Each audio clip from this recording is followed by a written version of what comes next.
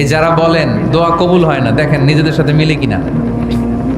এই 5টা শর্ত যদি পাওয়া যায়, মুহূর্তেই আপনার দোয়া আরশে যে নক করবে।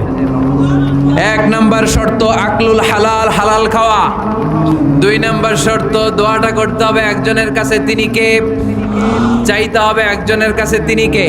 3 নাম্বার ইয়াকিন থাকতে হবে যে আমার দোয়াটা কবুল হচ্ছে। যখন দোয়া করবেন আপনার এই বিশ্বাস থাকতে হবে, আমার রব আমার ফরিয়াদ শুনছে, তিনি আমার কথা শুনতে পাচ্ছে, আমি চাওয়া মাত্রই তিনি সব দিয়ে দিতে পারে, এবং আমার রব আমাকে ফিরাবে না, তিনি দিবেনই। 4 নাম্বার শর্ত আসসালাতু আলা রাসূলিল্লাহ, আল্লাহর হাবিব সাল্লাল্লাহু আলাইহি ওয়াসাল্লামের উপর দুরূদ পড়া। কুল্লু দুআ মাহজুব মাওকুফুন বাইনাস সামাই ওয়াল আরদ, আমরা যা দোয়া করি সব আকাশ জমিনের মাঝখানে পেন্ডিং হয়ে থাকে। মা লাম ইউসাল্লা আলাইহি, আল্লাহর হাবিব বললেন যতক্ষণ না আমার উপর দুরূদ শরীফ পড়া হয়।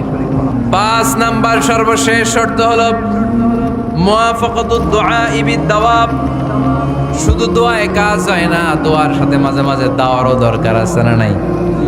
দোয়াও লাগবে, দাওয়াও লাগবে, ঠিক কিনা?